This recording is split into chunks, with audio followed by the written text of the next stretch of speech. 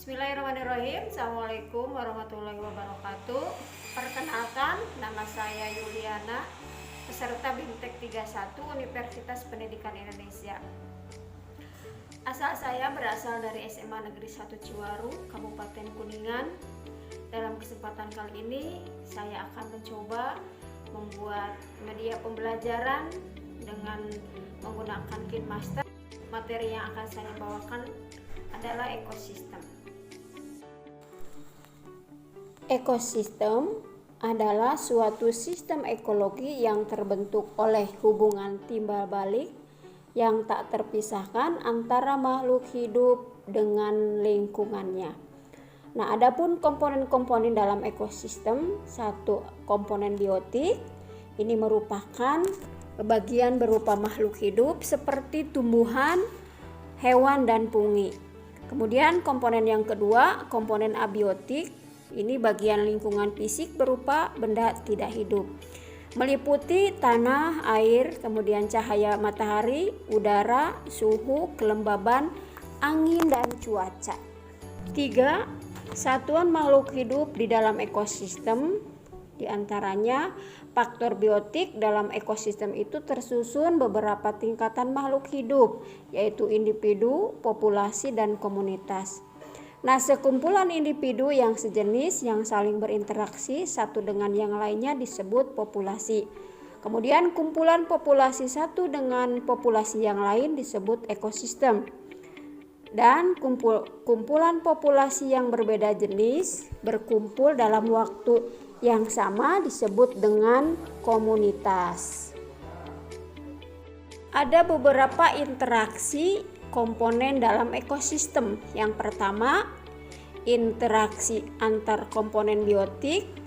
Jenis interaksinya, satu, interaksi antar organisme, yaitu bentuk interaksi yang sangat erat dan khusus disebut simbiosis. Organisme yang dilakukan disebut simbion. Kemudian interaksi antar organisme dapat dikategorikan sebagai berikut.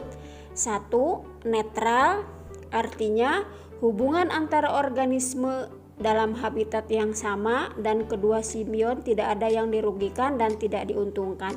Contohnya ini antar rusa dan zebra. Kedua, predasi yaitu hubungan antara mangsa dan pemangsa atau predator. 3. Parasitisme, ini hubungan antar organisme simbion, satu mendapat keuntungan, simbion yang lainnya dirugikan. Contohnya yaitu benalu. Kemudian 4. Komensalisme, hubungan antara dua organisme yang berbeda spesies dalam bentuk kehidupan bersama. Yang satu diuntungkan dan simbion satu tidak diuntungkan dan juga tidak dirugikan. Ini contohnya adalah anggrek yang menempel pada pohon.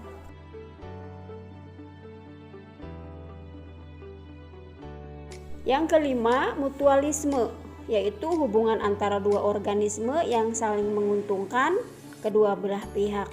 Ini contohnya adalah rhizobium yang menempel pada bintil akar kacang. Coba ini dilihat gambarnya ya. Ini adalah bintil akar pada tanaman kacang-kacangan. Kemudian ada B, interaksi antar populasi.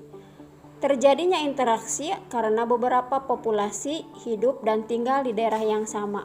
Contoh interaksinya yaitu kompetisi dan alelopati.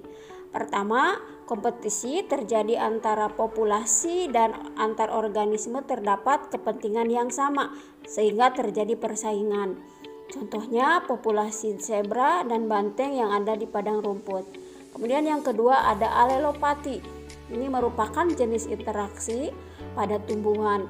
Ada beberapa zat tumbuhan yang menghalangi hewan atau tumbuhan untuk tumbuh. Kemudian interaksi antar komunitas, misalnya sawah dan sungai. Begitu. Nah, ini contoh-contoh interaksi. Di antara contoh dari netral ada zebra dan rusa, kemudian ada predasi, kemudian ada parasitisme.